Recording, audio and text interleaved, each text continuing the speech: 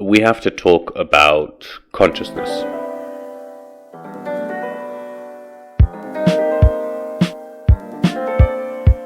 Our life is actually a midpoint between the two deaths. To use the sexual energy in order to achieve enlightenment. The three-dimensional spiral shape encoded in our DNA, in our biology. Hello everyone and welcome to yet another episode from the Discomfort-Zone podcast. It's a pleasure as always to be here. I'm excited to see so many people already in chat. Crimson Clad, welcome. Rondon, great as always to see you. Redirect, wonderful to have you here. Don't always get to see you. And Abigail Honey, thank you all so much for joining for a fresh new episode. How are you all doing? How has this week been for you? It's been an intense period these last few days and weeks for us, but we've been working hard. Things are moving forward, so all good things. Just a lot of work. But it's hard sometimes to find the time also to prepare for the podcast. So I admit that I was late and only got around to it today, but it's a good one. So I hope it will be worthwhile. I'll see if the timing is right. You know me, I always, it's hard to get it exactly right, but it should be a good one. We're actually continuing straight where we were left off from last week. But before we jump into the actual episode, I have to correct a mistake that I made that was pointed out to me, where I mentioned feng shui and wasn't sure if it was Chinese or Japanese, which really isn't like me. So just to clear it up, that feng shui is indeed Chinese, as a lot of these things are, and it arrived in Japan, and then in Japan they sort of have their own system that's based on this and has obviously evolved to something else today. But feng shui, and as we know it in that terminology, that name is actually the Chinese. So I just wanted to clear that up for those of you who've been walking around not knowing which is which. Now you know. Okay, so let's get started with this week's episode. And this week we're going to be talking about a few things, but it's going to be circling around the ship that was on the pyramid. So if you listened last week, we mentioned that sort of the top of the pyramid is, as it were, cut off. And on top of it, there were actually two pieces, and one of those was a ship. And I deliberately don't call it a spaceship because it's not exactly a spaceship per se. We'll get into more later. And on top of that, there was the capstone, which is said to have been completely solid gold and basically a miniature replica of the Great Pyramid right at the top. So this week we're going to be talking a little bit about the ship and indeed the role that it played and some of what it was used to. It was actually an integral part of the pyramid and is something that we will go into even more in later episodes. But for now, we're going to focus on the story and where we are chronologically speaking. So how are you guys, for those of you who are the regular listeners, how are you feeling about this narrative? We finished sort of Sitchin's narrative, which I think was a very, very different pace and flavor, and they're very, very different characters, Drunvalo and Sitchin. So I'd be happy to hear if you have any comments as to how you're finding this narrative, the Drunvalo and the sort of the pace and the way that the story is being built. We're right now in this longer chronology of sort of the human history and how we got to where we are today, but that is actually a very small part in the book in general. But it's sort of a lot of vital information that becomes also relevant later on. So yeah, let me know in the chat, and I will. Let's just jump right in. Oh, okay, yeah, for sure. No. I thought you told me that I have to change something, but you hear me okay, right? Levels okay. All looks good on my end, I think. Could be a little bit louder, but there we go. So. In the narrative that we've been talking about, we actually reached this sort of point where Thoth and Ra and Araga, the three sort of enlightened beings who had were working as emissaries here on Earth, getting everything ready, etc., had finished sort of constructing the pyramid, and the grid itself was all set up, and they were now basically waiting for this shift. Now, as we've talked about this shift before, and at this point, indeed, Drunvalo goes into a bit more detail as to what exactly we're talking about. It's not exactly just this, reversing of the poles and change of electromagnetic frequency. It's actually something quite more substantial than that. And the way that it's been described or written through the ages and preserved for us is this period of absolute darkness that engulfed the world. The whole world was plunged into darkness, and depending on the culture, some say it was 3 days, some say it was 5 days. The most famous, I think, mention of it in history books was actually probably from the Old Testament, where they talk about Egypt being plagued with the blackness, and that this blackness was not just it being dark, but actually something that you could physically couldn't move. And the description, or maybe not in the old text, but the interpretations are rather sort of mystical. And so we'll get into that as we go along as well. But Thoth and the other members are basically finished with this part of the plan of what they needed to do, and they're now sort of getting prepared for when this shift will come, as they knew it was coming. And there are these sort of signs that Drunvalo mentions that sort of tell us that these things are upon us. And so once they had seen these signs happening, various things like, weather shifts and strange, unnatural behavior exhibited here on Earth, they decided that they understood that it was time basically for the next phase. And so this next phase is where they actually went to the pyramids in Egypt to get this aforementioned ship. Now, in Drunvalo's description of the ship and in his fashion, it's a very interesting description, which is sort of slightly scientific and slightly mystical all at the same time. And so he says the biggest feature about it is that it was a perfect circle in its shape, and it was 3 atoms thick throughout most, and it had a sort of a pattern on it of this like flowery geometric shape. And this pattern was the part that was 5 atoms thick. So it was slightly sort of bulging up. When you think about this description of something being 3 atoms thick, I mean, funnily enough, I think when Drunvalo wrote this, I'm not sure how advanced they were, but today we do have scientific sort of technology that's capable of constructing materials that are 1 atom thick, and 2 and 3, etc. But whenever we talk about it in a scientific context, it has a lot to do with the actual structure and the way that these things are built together.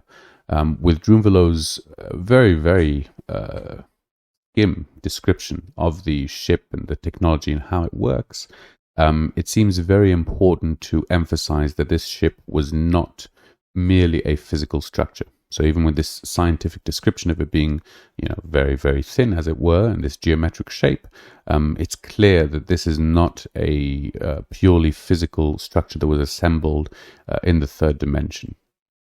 And the reason for this is twofold. One is that as it sort of sat on the pyramid, if we had an overview of the pyramid from above, we would see that that was a circle, the shape of the ship, which was exactly sort of encompassing the square of the pyramid underneath. And this actual sort of placing of one shape on the other is a rather famous concept in sacred geometry. And in fact, when I was preparing for this episode and going over all of these things, I remembered that the first time I'd really understood or read about this phenomenon was in a book that I've already mentioned once, which is called Quadrivium. And it's a book about sacred geometry, and it really is a practical guide how to sort of draw and design with sacred geometry. But in the beginning of, or on every page, there's a short description of whatever the theme, the concept is that they're talking about. And so one of the concepts is circling the square. And so I just want to read very, very quickly a short passage from the book. I usually write up the sort of quotes, but I think you'll be able to follow along. So the book says, "The circle is the shape traditionally assigned to the heavens, and the square to the earth. Now, when these two shapes are unified by being made equal in area or perimeter, we speak of squaring the circle, or circling the square, meaning that heaven and earth, or spirit and matter, are symbolically combined or married." Okay, so what does that mean? Well, if we break it down, I hope this is relatively intuitive. I think it should be. We can talk about masculine and feminine, where I think for most of us, we sort of intuitively agree that the circle is more feminine and the square is more masculine. This is, again, not gender-based at all. This is the phenomenon of femininity versus masculinity, or not versus, but alongside masculinity.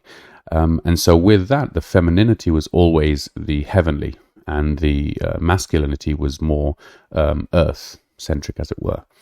And so with these two shapes, again, we have the circle representing the heaven, the square representing the earth. And just an interesting tidbit and side note, as you know, I love my Go references. In the game of Go, this is symbolized by the board being in the shape of a square, where it's representing the whole world, as it were, Earth in the dimensional sense.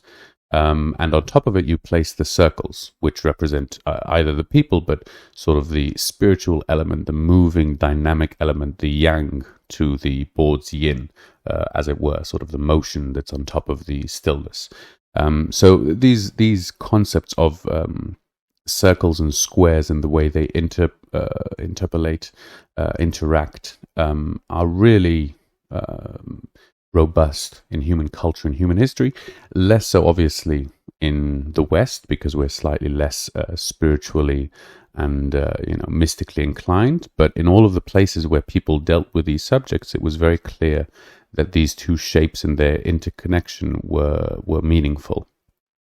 And so this theme, this idea of circling the square, is really what the Thoth, or the people the beings who designed the pyramid, had in mind, where the pyramid being the square shape made from stone, from the earth around, and again in the pyramid shape. So not only a square when it's looked at two-dimensionally, but indeed the pyramid being a very masculine shape as well. And the idea behind it, that this shape was affecting the energy in a certain way. And so on top of this, if we can imagine, sort of right at the top, there is this circle that in this case, the perimeter, the circumference of the circle was equal in distance to the perimeter of the pyramid, the base of the pyramid. Yeah, so the way around the pyramid was equal in length to the way around the spaceship, in case my geometry is a bit rusty. So what this means was that this connection of circling the square, which is not just a sort of geometric mathematical connection, but points to a spiritual, energetic connection where these two shapes can coincide and sort of harmoniously interact and cause an effect. And so, as we've seen with the square shape being the masculine, when it comes to the ship was not of the physical earth, as was the pyramid, but was in fact of the heavens, spiritual inclined, more energy based of a higher frequency than the lower frequencies of earth. Okay? Now, I know this might sound a little bit like too much mumbo jumbo, but we'll get into it more and more as we go on. But for now, what the ship was being used for, Drunvalo goes into this whole tale, which I'm not going to go into right now. It's sort of an amusing anecdote, but nothing more. But telling about the function of the ship as part of Earth's defense system. Excuse me. So the ship, in times of emergency, can be used as a defense system for the planet, for the beings. but it has sort of many different roles, and that was the small one that Drunvalo mentions. For us and in our narrative, it's being used primarily as a mode of transport, much like any aircraft, as it were. So I purposely am not calling it a spaceship or, an airship or anything like that, because it's not, it shouldn't be confined to those limited aspects. But in our narrative and what we're talking about right now, it was primarily used for transporting people, basically, across the globe. Okay. Oh, all indigo and Alpha Pacino. Alpha Chino. Thank you very much for joining. Welcome. We're talking about the Pyramids ship, as everyone is talking about these days. So, Thoth and the other members basically went to Atlantis with the ship, and there they picked up, as it were, the Ascended Masters, the previous Nicoles, and indeed on top of the 1,000 souls who had ascended during the times of Lemuria, there were another 600 Atlanteans who had achieved enlightenment. So throughout this time, we'd mentioned, I'll just mention it again, throughout this time on Atlantis, throughout its whole history, there was this mystery school of the Nicoles, which was acting to liberate, to help the souls there achieve enlightenment. Oh, wonderful. You've watched the videos. You watched them on 3Speak and 3Speak or on YouTube. Well, it's great to have you here catching the live show. I'm so glad you managed to join. It's not easy pulling people from the intertubes onto a live show on Discord, in my experience. So I'm very glad you made it. So yes, the mystery school, just to be absolutely clear about what we mean. This isn't just sort of this ancient history alien. Nothing. This is something that exists even today, and has existed, as far as we can tell, throughout human history, in certain cultures, obviously. But in India, if you go, or in many places in Asia, China, Japan, there are monasteries, and these places that are meant to bring souls and to help them basically, be liberated from the cycle of life and death, and be to ascend to a higher state of being. So during this time on Atlantis, the thousands of years, 600 new beings managed to ascend, and so they joined with the other 1,000 in their ranks, and the three sort of leaders, shall we call them, Thoth, Ra, and Ararat, brought them aboard the spaceship. Sorry, not the. After all that, not the spaceship, the pyramid ship, and they went back to the pyramid. Now, the reason that they did this is very important, and that is that during the polar shift, something very interesting happens. And as we've spoken about the electromagnetic waves and the effect that it has both on us and in general, how it's connected to the Earth, according to Drunvalo, what happens is that there is this, we can liken it to an electromagnetic pulse, an EMP, for those of you who watch The Matrix. And as an EMP sort of wipes out live circuits, in that sense, human beings who are around during this event, our memories, which are functioning as an electromagnetic wave, basically get sort of wiped out during this blackened period. And what happens during that event is that you basically have this giant reset of your identity at a spiritual level as well. And so according to Drunvalo, this is directly related to what we've been talking about the whole time, which is our personal Merkaba. And so we've mentioned it, we've spoken about it a few times, but this is really what it's all about. If at the point of the polar shift, a person's Merkaba is not active, which means that the electromagnetic field is not spinning properly around them, then they are basically left, quote unquote, defenseless against this EMP, and that sort of, reduces that level of frequency. And in Drunvalo's description, for the period of time that this polar shift has happened, the reality is sort of flickered out of existence, and there is literally nothing. It's not just sort of dark or, can't experience anything, but literally there is nothing there. And then it sort of flickers back into existence, according to Drunvalo. So I can't attest to this personally in any way. But what it seems to be is that certain dimension, the level of the dimension where that sort of being is there taking place, is flickering, as it were.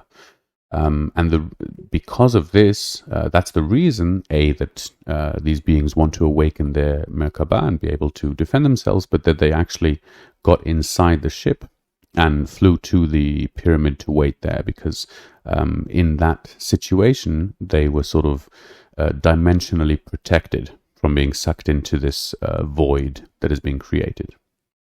And so just to add on to that, Drunvalo mentions that alongside, as this was going on, during the time of the, we'll call it the Great Void, the Syrians, who we mentioned before, who were also spiritual beings, they went down to the halls of Amenti that we've mentioned, and that was where they sort of hid, as it were, while this void was taking place.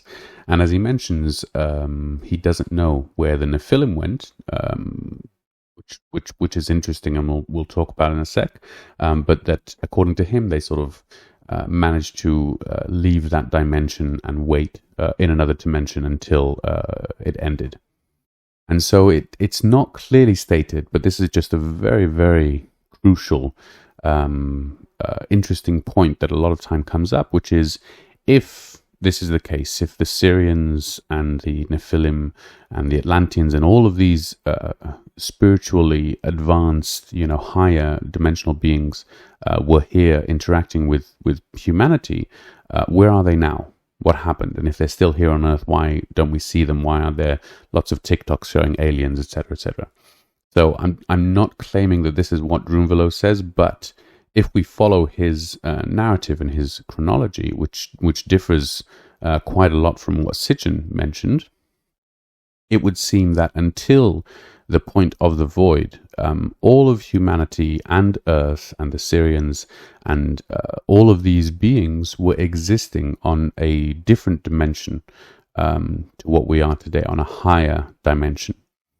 And according to him, what happened was that at the point of the void, all of the beings and all over sort of humanity all over the globe that didn't have their Merkaba activated at the time actually fell, sort of as it were, from grace, and fell down to this lower frequency, denser material, third dimension. And not only did they fall, but they actually sort of existed here without the memory of what had happened. And so we've mentioned this, I think, a few times, and there's a lot of people who talk about it, this idea that we are a species with amnesia, that there were these tremendously advanced civilizations, and we do have a lot of evidence for that, but we have no idea where they went or what happened to them.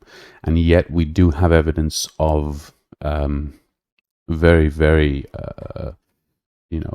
lower level technology, stone working and stone tools coming seemingly after the chronology of these hyper advanced civilizations. And so what could explain this? Obviously, some kind of cataclysm would definitely answer that, but then it becomes a question of what would wipe out all of these civilizations simultaneously across the globe and not leave too much, destruction that we could see. So the flood obviously was one of these massive things that happened, but we see that even after the flood, things like writing, appeared. So one of the answers that I've heard, or I think this can offer a certain explanation if you prescribe to everything else that is mentioned, that this idea that humanity, all of humanity, was much, much more advanced, and that this sudden quote-unquote memory loss void, falling from grace, dropping from our higher spiritually evolved state, left us in this sort of amnesia, not knowing who we are or what we're doing, and basically, trying to struggle to survive in terms of our evolution, physical surroundings, and then slowly sort of climbing back through the years to where we are today. And so I don't know about you, but for me, that idea was a really interesting one to consider. So anyway, but that's more sort of my take on Drunvalo. He just mentions in a very, very small part that, the Syrians and the Nephilim found a way to hide from this dimensional void that was being created. Okay? So, again, the amount of time he sort of mentions 3 days that it was, or 3.5 days. It's said that it can be different periods of time, and in general, to try and think of a term like day when there's no physical existence or a different dimension is a little bit tricky. But that's sort of the period that we can imagine when he's talking about this. So not an instant, but a rather longer period of time. And again, this is a story that's told in many different cultures, how there was this sort of void that happened for 3 days. There was darkness. You couldn't move, nothing was around. So interesting. But after this is where we take another turn in our story, as it were. Oh my gosh, I can see lots of people join chat. Let me just welcome Doctor Who fan. Welcome. I don't think I've seen any of you before. Hang on. Teeth Don't Grind. Great to have you here. And this new hacker girl I recognize. Welcome all. I hope you're enjoying the episode. And if you've no idea what's going on, then, just feel free to ask some questions. But for now, we're going to continue just a little bit further, because I have one more thing I want to mention afterwards. So at this point in the story, according to Drunvalo, the void has sort of finished, and they can enter back into this dimension, as it were. And so they split up, and Ra takes a third of the ascended Nicole, as it were, a third of the group, and they go down in the pyramid, down to an underground chamber. And in this chamber, it's a very, very large room. And this sort of also leads to the underground city that we'd mentioned before, that Edgar Casey mentioned very briefly. The reason for this is that the Ra and the other ascended masters knew that during the period of time that was coming, there were going to be many more ascended souls that would be joining, and so they had this sort of space, as it were, for them to be. And we'll talk about that more later as well. In general, the story of ascension. Maybe we should. I don't know if we talked about it much. Maybe we should do an episode about that, about what it means that these are ascended masters, and the significance behind it. Let me know what you think. But for now, let us continue. And so they actually stayed there in Egypt, and Ra and Aragat went in the ship with the other ascended masters, and they got to a place in South America, which is a rather famous place today, called Lake Titicaca.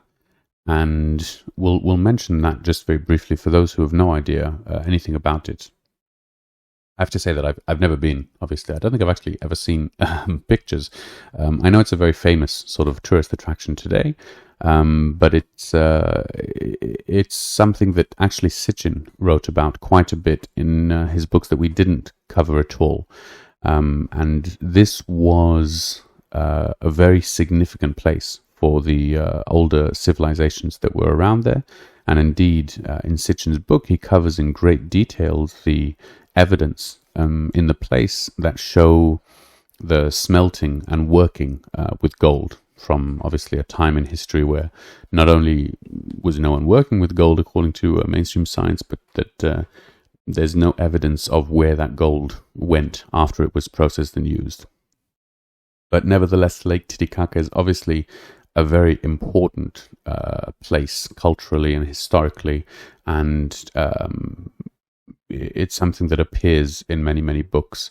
So we'll see the connection in a minute, because the last group, Thoth and a third of the Nicoles get off at Lake Titicaca and stay there. And then the last third and Araragat go to the Himalayas. And Druvalo doesn't go into great detail, but he mentions very briefly that these are actually the starting points for the new civilizations. And so when we think about those places and we think about them historically, we can see that it's a very interesting choice to have those three places. All three of those places had tremendous sort of mystical schools and teachings that have survived through the ages, and indeed are very, very ancient in their connection to that sort of spirituality. And when you think about, the monks from Tibet, or ancient Egypt and the priesthood, or indeed the ancient Mayans in Lake Titicaca, we imagine these very, very sort of rich cultures in terms of their connection to a lot of these very spiritual concepts, like the afterlife, like ascension, viewing this world very much as sort of a temporary existence, etc., etc. And so it's just an interesting thought when I at least consider, when we think about the beginnings of civilization around the world, and how we'd imagine that to have started, or where it comes from. We normally talk about it in the West, in a very sort of West-centric sense of the word, and looking very much at Europe and all the history that's going on there, etc., etc.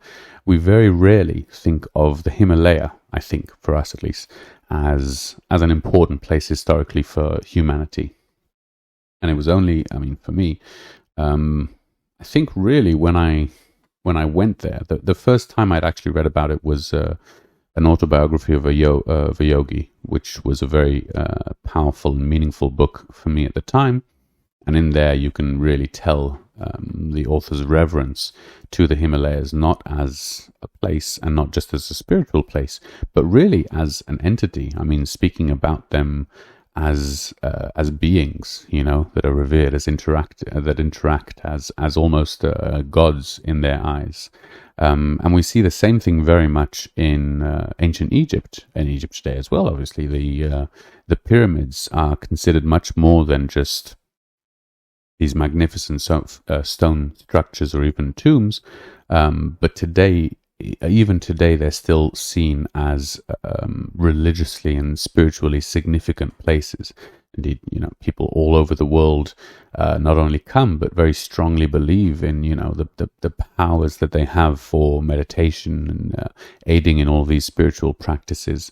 And the same is true of Lake Titicaca. So these three places, which are, maybe not so much Egypt, but relatively remote, and relatively sort of not thought of as the beginnings of civilization as we know them, are interesting choices, I thought, to draw that was actually where our modern, as it were, civilization began.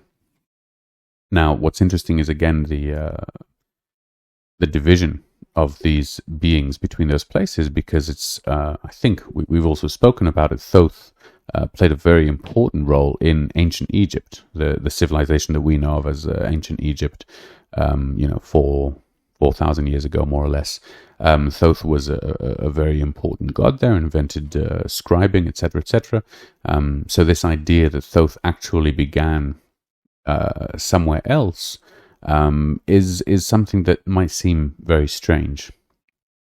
But as I keep saying again and again, is that Rondon just shared a gift? Is that Lake Titicaca? Is it? I wouldn't recognize it at all. But that's what I imagine it would look like today. It's filled with hotels and this. I think I saw it in a film once, actually, in an action film, where it's just this tourist attraction. But its history is very interesting. nonetheless. And so this is a subject that we keep touching again and again, which is trying to trace these deities that, according to our legends at least, had these ships that could carry them to different continents, and yet cultures in those times never spoke of them as coming from a different place, as coming from a different culture. They always sort of spoke of them as originating with them. Even in the case of, the Romans and the Greek, where we all agree and is clear evidence, because it's literally, the Western cultures, one following another, we see that it's the same deities given new names, but nevertheless they're still conceived by the Romans as being these Roman, entities in their cultures, and they're not mentioned as, Greek gods that crossed over to the new culture. So because of this, it's a very difficult job, I think, to be able to unravel and to trace the lineage of these different deities through different cultures. And that's exactly what Sitchin did with his work, and Drunvalo didn't do quite the research as we think of it, but the narrative that was told to him obviously follows the trail of Thoth, and so follows his travels in between different cultures and indeed different times. And again, Gerald Clark, I think, is the master when it comes to this sort of managing to network and map out all of these different deities and names through the cultures and seeing the chronology of how it passed. But having said all that, it is told within the culture. Now, I'm not, as I've mentioned a few times, an expert on South American cultures per se. It's probably one of my weakest areas. But within the Mayan culture, there is talk of the gods having sort of arrived and taught and started the civilization, and then left.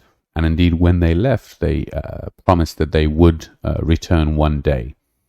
And in fact, for those who know this story, this is exactly the reason why the Spanish invaders were able to so easily claim the country, because when they arrived being fair-skinned and white and having beards, they were perceived as the gods, because that's what the gods looked like, and that's what separated the gods from the other men. And so it was because of this they were basically revered as gods and taken in and allowed to, just do what they want, basically, until they managed to conquer the entire culture, I should say. So having said all of that, if we relate it, we can pick out this nugget, which is interesting and crucial to us, where this little tidbit of information that the gods arrived and set up shop and taught what they taught and then left seems to fall in line. This is a very unusual tale. We don't hear of many gods who come and then go, and tell us that they'll be back. Jesus may be one, but he's nevertheless not seen as going somewhere else, in the world. He's seen as ascended to heaven or leaving us, etc., etc.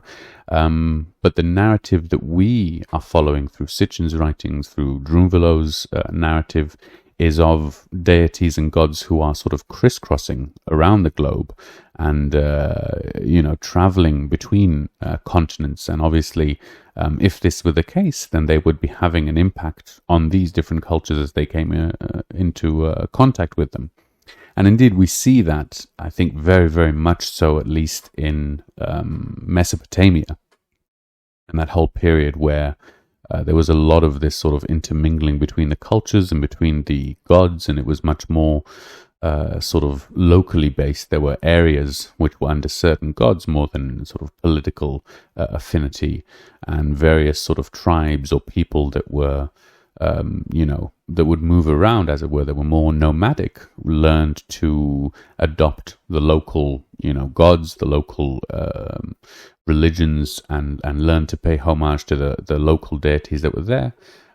Within all of that structure, we see a lot of sort of, again, moving around and different gods going to different places and changing names, etc., etc. So we know this to a certain degree, that this happens, and it's really not something that's difficult to imagine. And this at least according to Drunvalo, is what happened once again, that these different deities, Ra staying in Egypt, Thoth going to South America, and Ararat to the Himalayas, spread out around the globe and sort of started these teachings of civilization once again, as we've heard that story as well many times.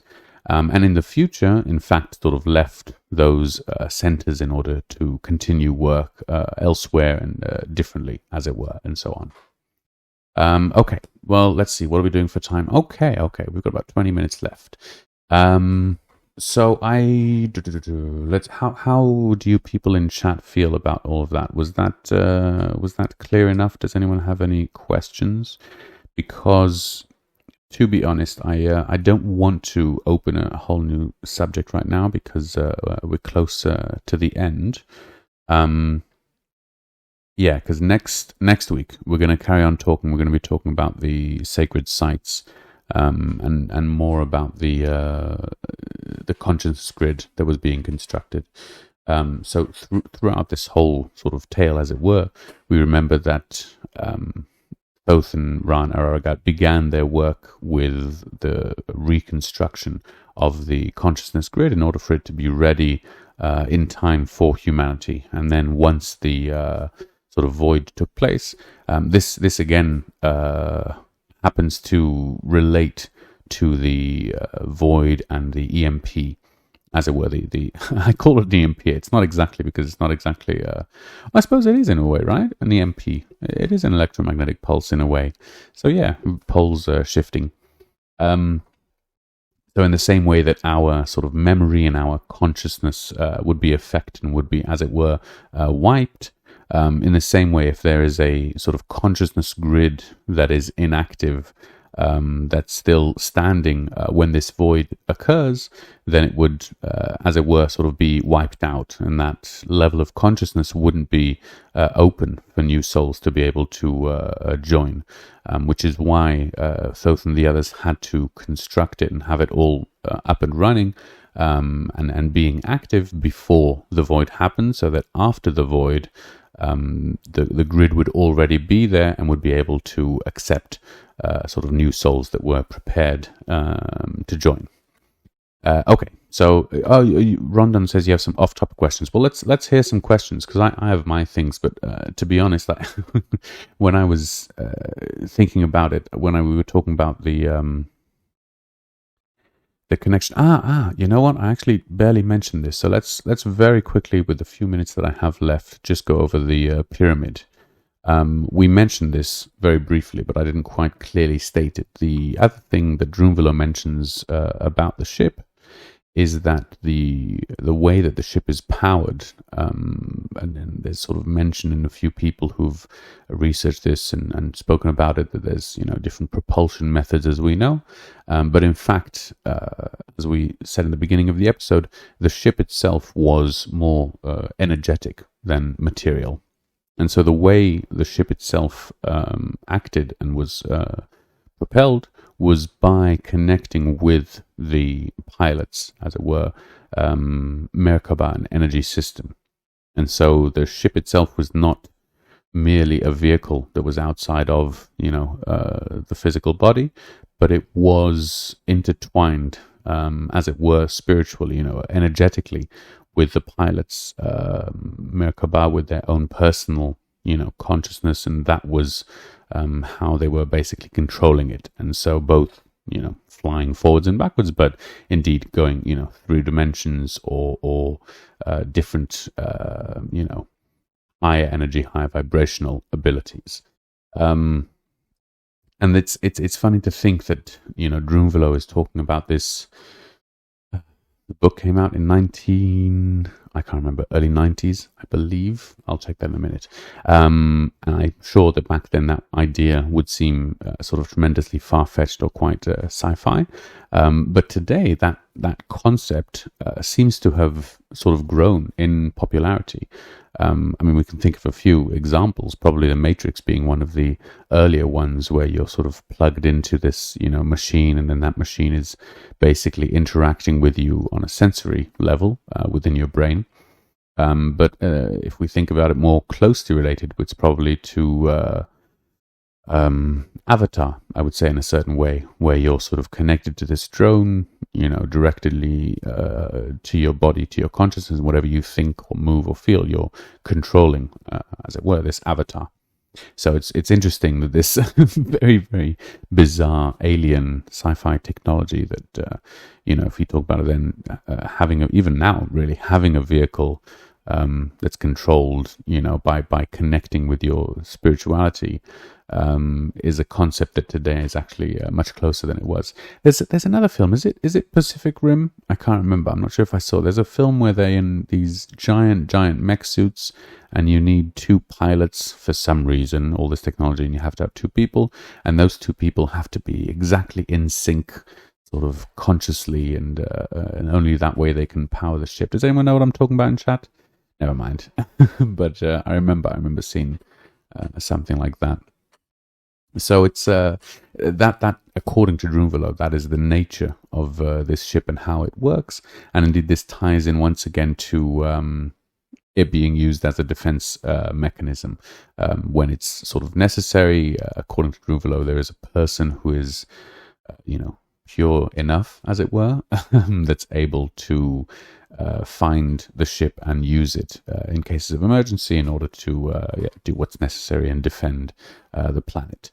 Though that anecdote, the reason I didn't bring it in detail was I feel that it doesn't have a lot to add to our understanding of everything. It's just sort of one of those quirky things. But anyway, I'm going to stop my blabbering about that. So Rondon, let me know what questions you had. I just wanted to talk a little bit about, the idea of this ship connecting to Merkaba, and sort of talking a little bit about magic and the concept of magic historically. But in the end, I decided against it because I felt it was a little bit too off topic. It's just, I personally have a great interest in magic. I should say magic with a K, right? That's the way we differentiate them today, I think. But it's a very dear subject to me because, I think because it's something that's very, very far from our day-to-day understanding. And when we talk about magic, we usually talk about illusions and something that isn't real. Whereas when I'm talking about these sort of energies, the ship, Merkaba, and all these different things, I am talking about the reality that we all recognize as such. So, what do you guys think? Would you like to hear about magic, or is that a little bit too off topic? Because I'll be honest, I actually we don't have that much time left, to be honest. Well, let me know if you want me to mention it next week. We could do another episode. For now, let's first of all take care of some of the maintenance that we always forget on the show. After us, do we have Post Up? I can't see him in chat. It was a great episode last week. I have to say, for those who are listening and in chat, I really enjoyed it. I'm very upset that I don't always make it because it's rather late once I finish the show here. But if you get a chance to tune in, it's right after this show. So it's 11 o'clock UTC. And it's a great show. If you have any of your posts on Hive or anything that you want to share and get the attention, and I don't actually know the name of the guy, so I'll call him Avian. But he's a great presenter. I wish I could be like a DJ like that. This is the only mode that I have, this sort of slow, quiet, contemplative thing. I wish I was more energetic. When I do videos for YouTube, it just really sounds like I'm so depressed all the time. I promise you I'm not. This is really just the way I sound. But anyway, it's a great show, and whenever you get a chance to catch it, it's really good. I see someone has posted on. Frankie1, I didn't see you were here. Welcome. Thank you for joining. Today, COVID bill started a 180-day countdown for UFO disclosures. I'd love that. I have to say, I've seen a few countdowns for UFO disclosures over the past few years. I do think it'll happen at some point, but I think, I don't know, I think we're still pretty far away. There's what's it called? UFO. I can't remember exactly, but it's like not a convention. It's, oh my gosh. They're acting under the Freedom of Information Act to try and get the government to share all of the information that they have on UFOs. It's a whole big thing. I can't remember the name of the life of me right now. The UFO Council or the UFO, something like that. And it's all, scientists and ex-military and respectable people. It's not a bunch of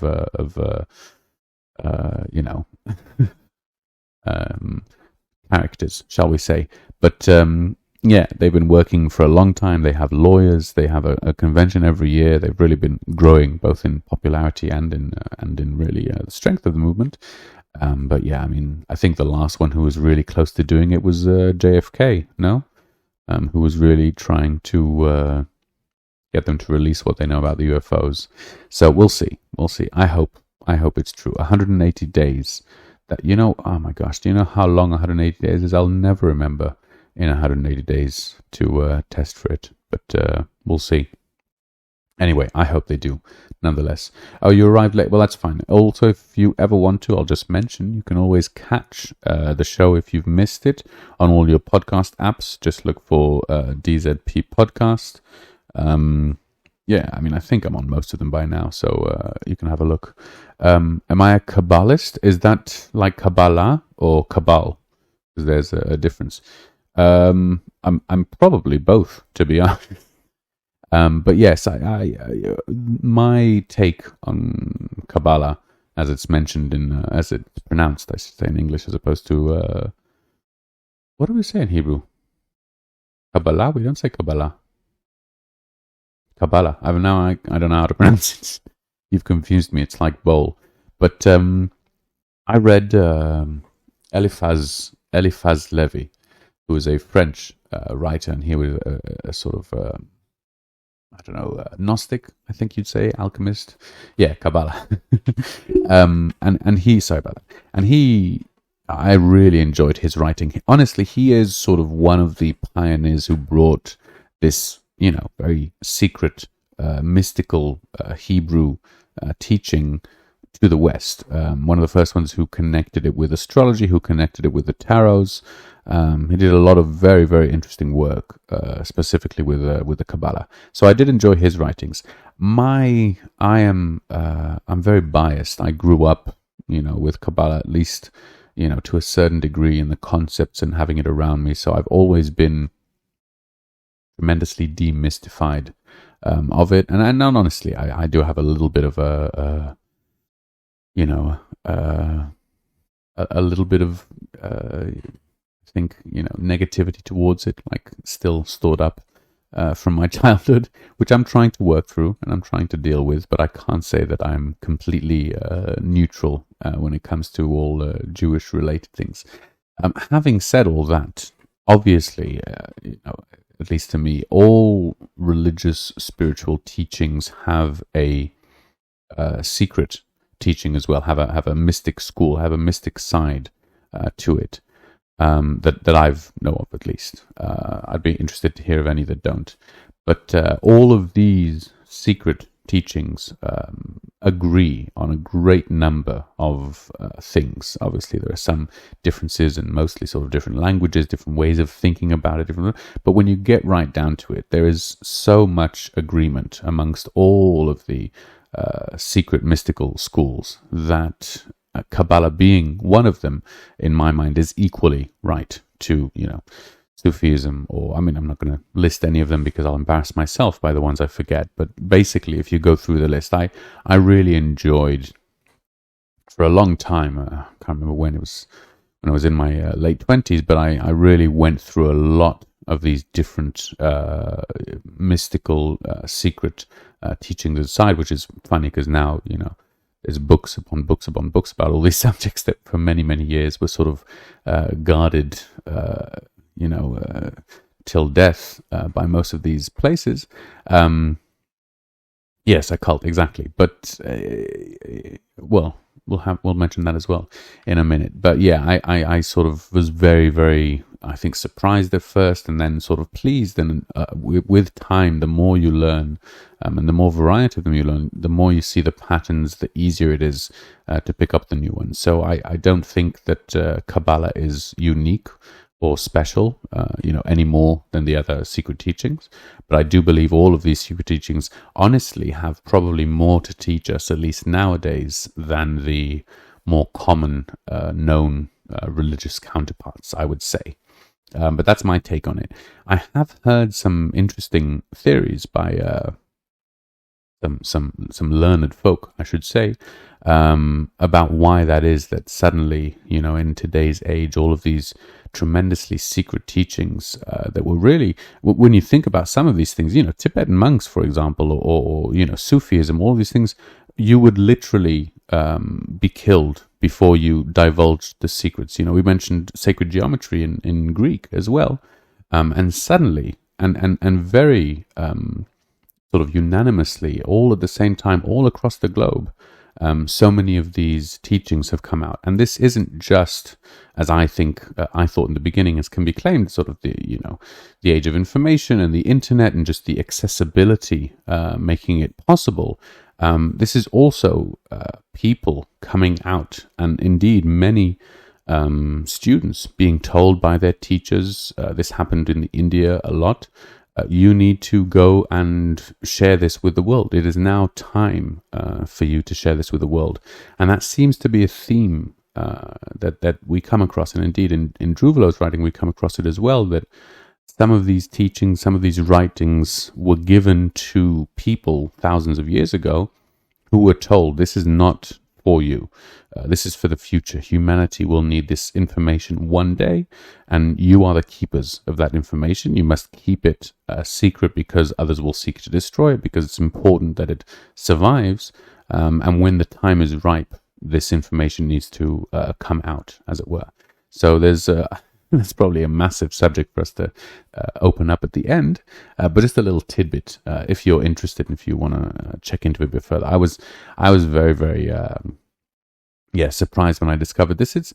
I think there's also a bunch of memes today talking about Native Americans, especially talking about the time that humanity will wake up, and that these spiritual teachings were sort of kept for all this time in order to share with the world one day. And I believe, if I'm not mistaken, that Hermes Trismegistus also had his writings given to people saying, this isn't for you, this is for future generations to come. So, interesting. Interesting that today, I think we all feel very, very blessed to have access to so much varied information from so many different time periods, from so many different places and cultures and languages. Honestly, if you read English or understand English, you have access to a phenomenal amount of different languages that we just didn't have access to before. People didn't speak those languages, as it were, or who could translate. So it's a very interesting subject. Oh, sorry about that. It's a very interesting subject and take on these things. Right. Oh, so God, that was ate up all of our time. Wonderful. Well, I hope you enjoyed it. Rondon, you didn't answer if we have a post up afterwards. I'm assuming. I see.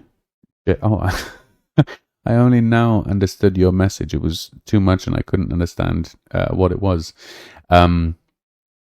Yes, either way, Crimson Clad, do you have a show after? At 12 o'clock UTC, as usual. You should definitely stay tuned for that, wherever you are around the world. Yes, and Post Up is up next. Great. So this is the full night of the week, guys. You get 3 shows in a row. It's like, it's a serious business. So make sure you stay for that. Post Up is up next. Krim is up afterwards. Krim does a music show. Really worth tuning into, and just cruise through. It's like smooth sailing from now on. We've got this locked down, working really well now, right? When in the beginning I was well, that ruined everything. So Krim is at 1 UTC, so that's nice. You got a couple of shows now. You can take a little break for an hour and then come back just in time for Krim to seal the deal. Alright guys, well I have to go. That's been the end. I hope you enjoyed it, and I will see you all, hear you all, speak to you all next week. Until then, bye.